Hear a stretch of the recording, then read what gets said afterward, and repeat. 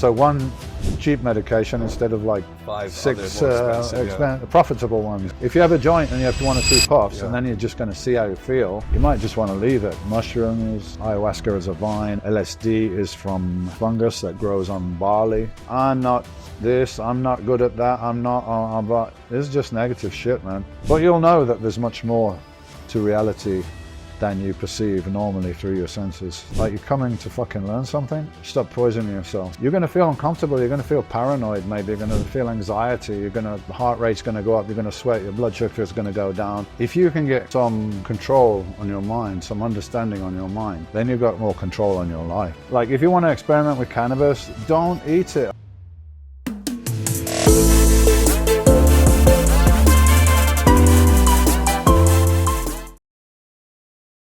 And a lot of guys in bodybuilding, they get stuck there and they keep on doing it when it's not really like what you should be doing now. Like, should I be doing heavy training when I've got arthritic shoulders and joints from my earlier heavy training? No, it's not what I need to do now. Probably better if I do some yoga or Pilates or something and get my posture right and movement and everything. Do you do yoga? Yeah, I've done the yoga like twice a week for years. Now, because I had a problem with my hip, and I'm going to need surgery on that, so I'm not doing it at the moment. But I do Pilates once a week, which is, has some similar stuff, but it's more controlled and it's more physical. Where yoga's a bit of everything: physical, breathing, spiritual, if you like. My brother has a yoga studio. It's great. It's kind of addictive when you do it, man. It's so relaxing that you feel. There's a different feeling from when you go to the gym. When you go to the gym and you're using like aggression and pushing energy and masculine energy, if you like. Yoga is more relaxing, so you feel, after the gym you feel tired, exhausted maybe.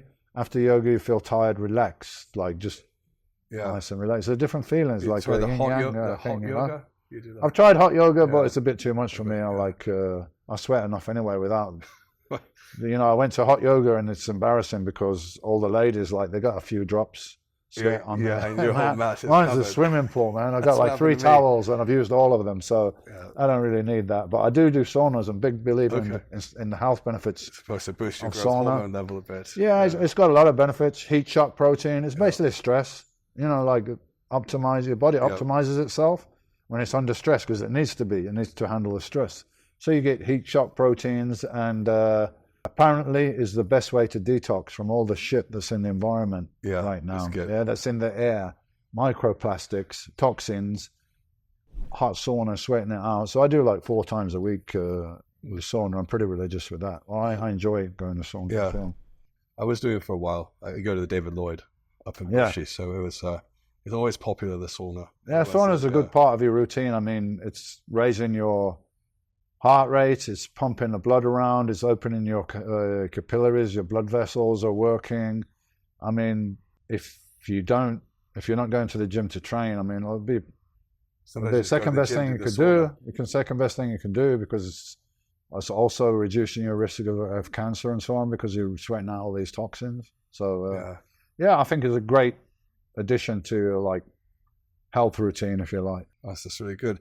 I've heard you talk before about psychedelics. Can you tell me a little bit about that? What are your thoughts? Yeah, it's been part of my journey, I guess, learning journey using psychedelics. So ayahuasca was a big part of that. I first tried it in Brazil. Okay. Where I met my wife, and that wasn't fun because I was still using recreational drugs, and I didn't know. I should have mixed them. And all. I didn't know anything about it that much. I mean, it wasn't like out in the general consciousness then and so on. Like, you didn't have like YouTube things about ayahuasca, just something I read about.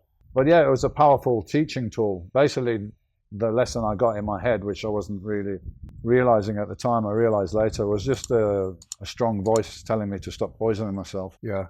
And I was asking all kind of questions, deep questions, and I was just repeating that over and over again. Later on, I understood it.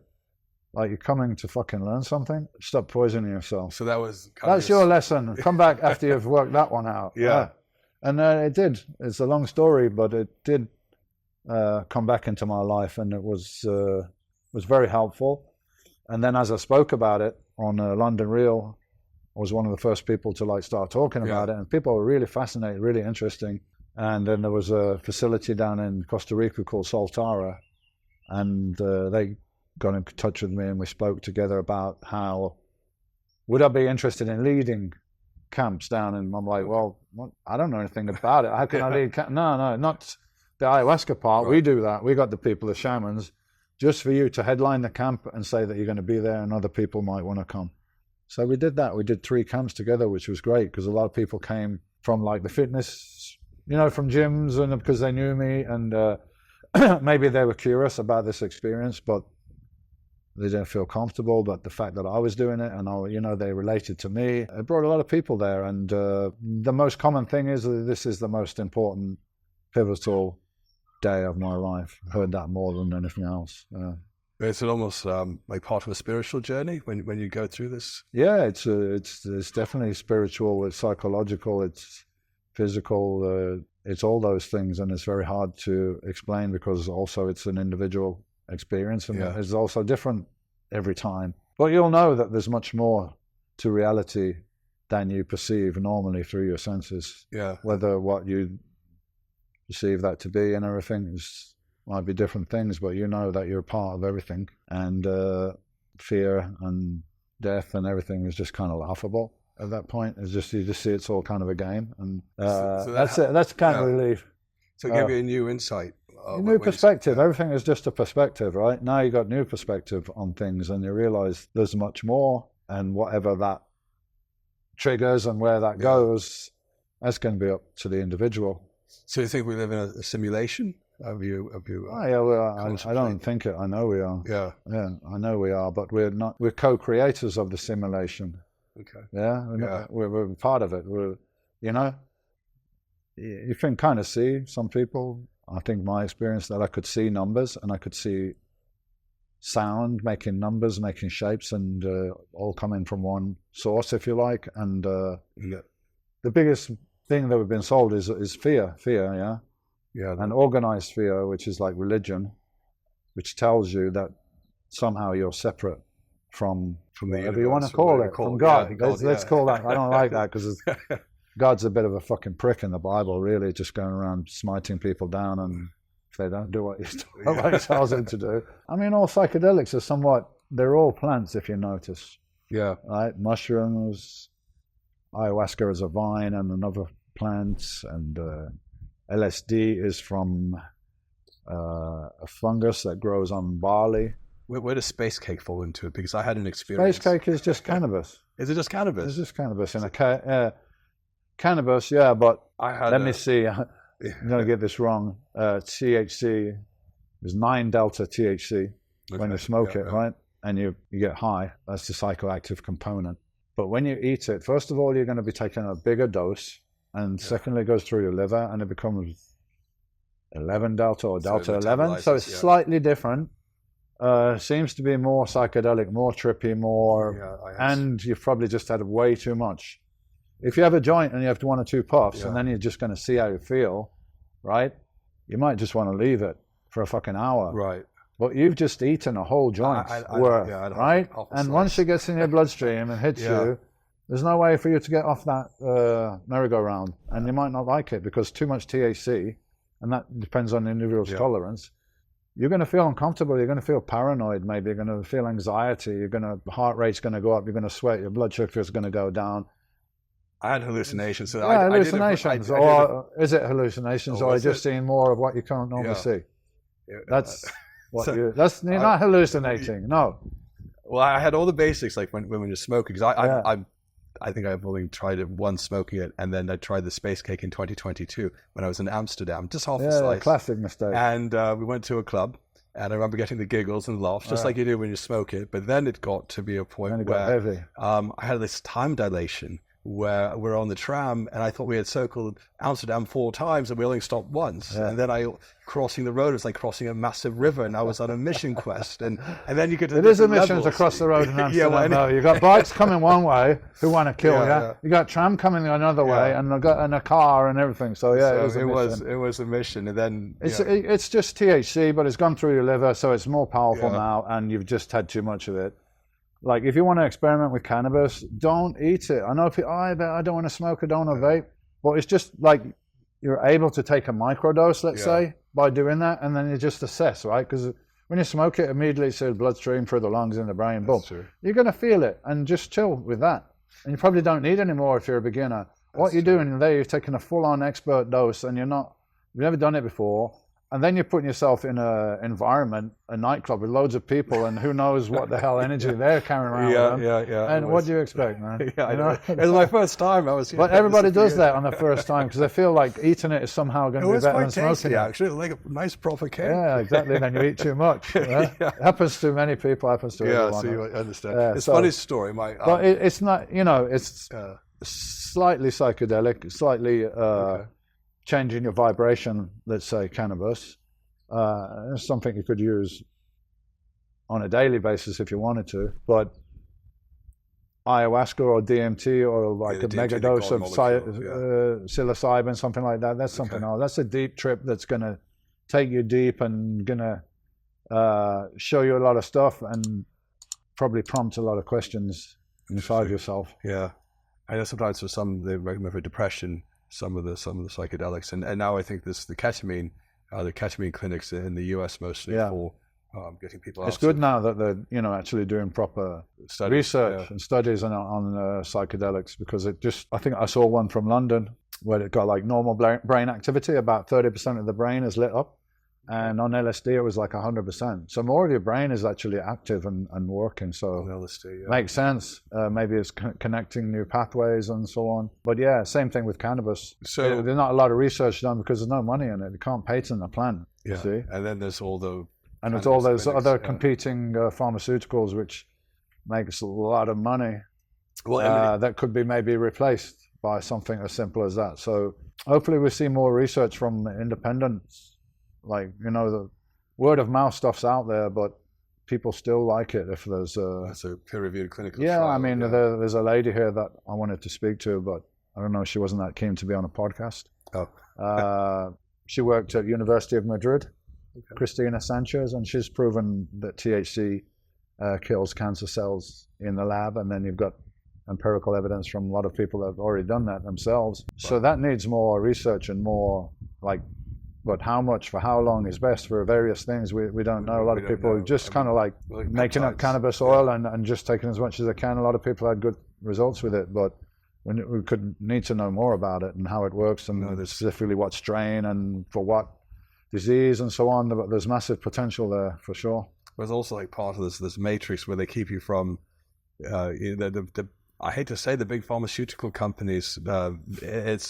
They've got the regulators on side, and the regulations are based around what's going to be good for those big peer-reviewed clinical trials, and they're very expensive. And if you've got a good idea, it's really hard to get them at least safe and somewhat effective. But they take it to a whole nother level. So there's I'll give you an example. There's a drug called Clomifene. I don't know if you're familiar. And there's other drugs like this as well. Clomifene's on the market. It's a mixture of two. It's like a racemic mixture. There's like two different sides to it. That's what I'm doing with my hands. And they're both in the licensed clomiphene, but it's not licensed for like men who are trying to recover the testosterone treatment. But one side of it is more anti-estrogenic and the other side is more pro-estrogenic. They went to get it approved, just the anti-estrogenic part, to keep men's, the concept was, let's get it approved for men's low testosterone levels. And so they tried to get it approved, and FDA said, we can't approve you because, yes, we know you showed in the study you can raise the testosterone level with a man making their own, but you haven't showed us grip strength or walking distance. We want a clinical effective endpoint. So this is where they play the games to stretch it out, and then it didn't get approval. And that's my attitude towards that at this point is like, we just got to help ourselves. Spread information ourselves and just walk away from that if you don't need it. There's many natural cures. I mean, doctors are good for if you've got an emergency or something like that. Hospitals are great, but for general health, they're not helping people. So we need to help ourselves. And there's a lot of people that were educated in that medical system that are leaving now and setting up their own practices outside of that, and so that they can practice medicine that's not taught in the universities. It depends where, because in the UK, they've got the likes of the General Medical Council and the Care Quality Commission, and it's very restrictive and overbearing, and everything has to follow neatly into guidelines. And it's very easy for them, to get their claws into doctors and never let go. Yeah. I mean, we've seen in the NHS, there was a doctor who had asked for a laptop. I don't know if you've heard this story. And there was a bit of disagreement between whether she was promised she was going to get the laptop or not. She said the executive of the hospital said she would get the laptop. And apparently someone in IT didn't like it, reported her to the General Medical Council, said she was being dishonest, and she was struck off. We have a shortage of doctors in the UK, all because, what does that have to do with the medical practice? It was a disagreement and they painted her as being dishonest. So, I mean, this is the sort of thing about some of these agencies in the UK, or the Matrix, essentially, that it's all connected, the petroleum industry, the pharmaceutical industry, the universities and the hospital medical industry is all connected, right? And we're trying to do the best we can as a private clinic to offer innovative treatments and options for patients, and the basics of TRT. We said the environmental toxins and all these things are affecting men, or men who may have used testosterone or steroids in the past that then have diminished their natural levels. They don't recover. But if you were thinking of the point of view of the pharmaceuticals, they don't make money on testosterone, right? So this guy could take testosterone, a few shots a month, and get his testosterone in a good level, and then go to the gym and train and eat good. Good chance he's not going to get that much wrong with him in the next 20 years. Right? Yeah, and that's so we're missing out there. We're not making any money off this dude. So why would we even want to go down that route? If you think but as the way that they would be thinking. The bigger ones, or even the bigger ones buy up the small ones. So the small companies that are producing generic testosterone as a basic treatment, they're still a business. They're still making the testosterone. It's not all compounded like in Europe. It's all brand name. Very little of it is compounded, at least for sterile injections. So someone's still making some, but they're usually the price very low because governments have made great agreements to make sure the price of it is low. But maybe if the guy that took testosterone and trained and ate properly, he wouldn't get diabetes or pre-diabetes. He wouldn't get blood pressure. He wouldn't get this. He wouldn't get that. And maybe so one cheap medication instead of like 5 6 more profitable ones. That's my point. So have you been following in the field of longevity, this Brian Johnson? Have you? Honestly, not really, because he's just everything that's extreme is not interesting to me. It's not healthy. So what if I could spend half the day in a fucking tank? And I lived longer. But hold on. Is that you spent half your life in the tank, mate. You're not doing anything. So you can go a bit too far with these things and get obsessed with it. So my example is he uses both pharmaceutical modifications. So I don't have anything against rapamycin and loads of supplements. You can't be black and white. All pharmaceuticals are bad and all natural things are good. No, it's not really like that. There's black and white in both areas. I'm sure there's some natural things that can be bad for you and poison you and so on. So I'm just practical about it. I'm not like, if some testosterone is arguably a pharmaceutical, right? I would use that. Maybe a growth hormone. Metformin has a lot of good study results. I haven't used it yet, but maybe I will. But I'll also use supplements as well and herbs, and I use whatever I think is going to be beneficial and is shown to be beneficial. Do you use growth hormone now, or do you I just started it about 6 months ago because I read that study, which was a year study. The TRIM trial. It was a 12-month study where they put back the biological aging like 5 or 6 years or something. It's called a TRIM trial. Okay, TRIM trial, And you use it with metformin, DHEA, because you want to manage the blood sugar. So you said when you tested your fasting insulin, were you on growth hormone when you did it? Okay. No. Have you tested it since you started growth hormone? Only once, but then it was just after a bad weekend of eating, so I can't really say. Okay. Because you think it'll push it up, yeah? I've been prescribed, and my baseline fasting insulin was about 7. Yeah. So I was really jealous when you said yours was 2. Yeah, 2 or 3. And then and I was a low dose, under 2 IU. So as we slowly bring it up to 1.5 IU, it brought it up to about 9.9. I'm like, okay, well, it's under the level, but still it's not lovely like yours was. And then the following, and I'm on metformin too. And then the following test I did about a month later, I think it brought it up just under 2 IUs. And it dropped down to 6.6 fasting insulin. I'm like, okay, brilliant. That's good. It's even better than the baseline. And so I think we try to put things into categories, into boxes.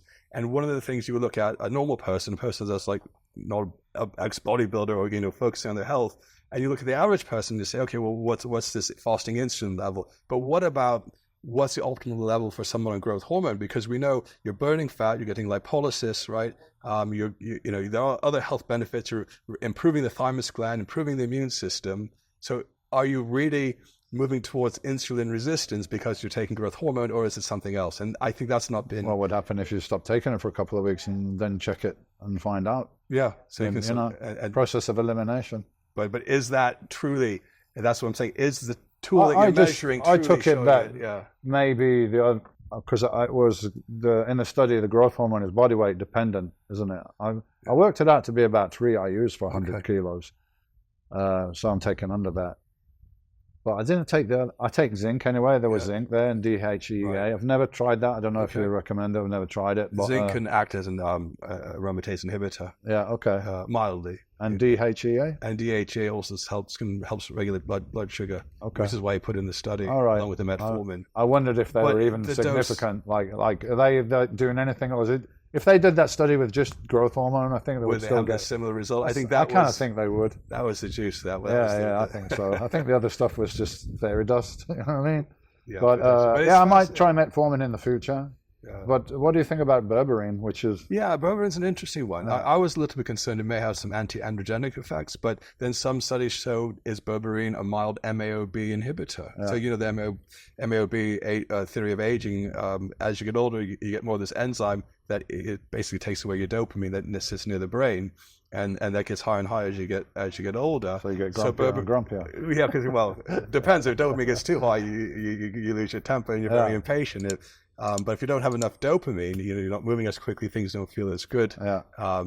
Patients with Parkinson's disease are given MAOBs along with other Parkinson's drugs like dopamine agonists. So they feel I'm developing a blood sugar product now containing berberine and some other stuff. So I think berberine could be really good. I was I'm very sensitive to herbs. You go either way with me, and I might not feel good. Maybe I need to be on them for longer and to get adjusted to it. Ashwagandha is one that I tried that I think it put me into a weird short-term mania. I didn't feel good at all. I think it had more of a serotonin-like effect rather than a dopamine boost. So have you used the ashwagandha? I have. I didn't feel much from it, but I think it's like an adaptogen. It kind of adapts like ginseng or something to what your body needs. That's what as far as much I know about it. But I didn't feel much from it as far as improved mood or sleep or anything. Interestingly, about blood sugar, and a lot of people might not know this, but the FDA approved an old drug called bromocriptine. You know what that is? Bromide or something? No, bromocriptine is used for patients that have prolactinomas. Okay. It's a dopamine agonist, and they start them off, I think, about 8 milligrams and work up to 40 milligrams. I think the dose is higher for prolactinomas, and this is for controlling blood sugar. So there is a link between lowering prolactin and improving blood sugar. And removing insulin resistance and making it more sensitive. So attacking it from a different angle. Yeah. But as I saw these guys were talking about the dopamine yesterday, it's a double-edged sword because some of them on the package leaflet will say may induce compulsive disorders. So you might want to gamble a bit more, have a lot more sex, which probably isn't the worst thing in the world as we get older. So you have to both can cost you money though. Never been a gambler. No. Well, you might gamble in other ways. You might take other gambles. More risky behavior. I get it. Yeah, I think it's probably true. But I think if you're aware of it, you might say things where normally you'd hold your tongue and you might blurt it out because you get this little dopamine rush from it. But it's interesting, where it's going. With its different modalities. But again, it has to be the right time. I think it's great that we're at this stage where you can see guys in their 60s and they're fit and they're active. And when I was a kid, well, you're an inspiration. When I was a kid, though, when you were 60, you were like finished. That guy's sitting on the couch now, and that's his done. He's just watching TV. Or you look back at some of your ancestors or relatives, and they look like they're 60, but they're actually 30 in that photo. So 60 is a new 40. That's what I'm saying. No, you're in great shape, great Nick. It's thanks, man. It's really good. So any kind of last words or advice that you would have for someone watching to kind of sum up? Yeah, I mean, today I'm going to be talking about the mind, I guess, but for me, the mind is everything. So if you can get some control on your mind, some understanding on your mind, as your mind is creating your reality in a way, yeah, then you've got more control on your life and the outcome of your life. It's not chaotic, it's not out of control, because you're the director of the movie, you're making it, yeah. Well, you need to be in control of the projector, and that goes into anything that you're doing, right? So all the time we've got in the day, and we're looking on the phone and we're looking there, I'm as guilty as anyone, but take half an hour or even 20 minutes, yeah, for yourself. Maybe you get a meditation, put some headphones on, sit somewhere really quiet. However you want to do it, you can work it out, and I don't need to tell you how to do it. But some time for yourself to meditate, to slow down your thinking, to kind of recharge yourself, recharge your body, recharge your energy, get control on your mind, and just keep doing it, because slowly you'll be able to like recognize your thoughts before you've already done what you shouldn't do, what wasn't good for you. Because why did you do that? Because you didn't know that you were thinking about it before you did it, and that thought is something you can choose to listen to or not, right? Because now you've got control. Before it got in there and you've already done, and the outcome's not good. So just get control over your thinking so that you can recognize when you're not thinking right, because we all do it, right? Yep. I'm not this, I'm not good at that, I'm not, but this is just negative shit, man. Don't want it. Don't need it. It's not helping me, it's not helping anybody. So just think a bit better than the way you're thinking. No, I'm good, whatever, you know, and just learn to kind of not block it, but to dismiss the negative thoughts and put it with something better, and just keep doing that all the time. And whatever it is, the outcome of whatever you want to do, your life is going to be better if you can do that. Let's start there. That's good. Let's start there, yeah. Because anything else is like not really going to work if you haven't got control on that on the main computer. You're right. So let's work on that, yeah. And then everything else can follow from that. That really resonates. Thank you. All right, man. All right. Cool. Good chat. Thank you.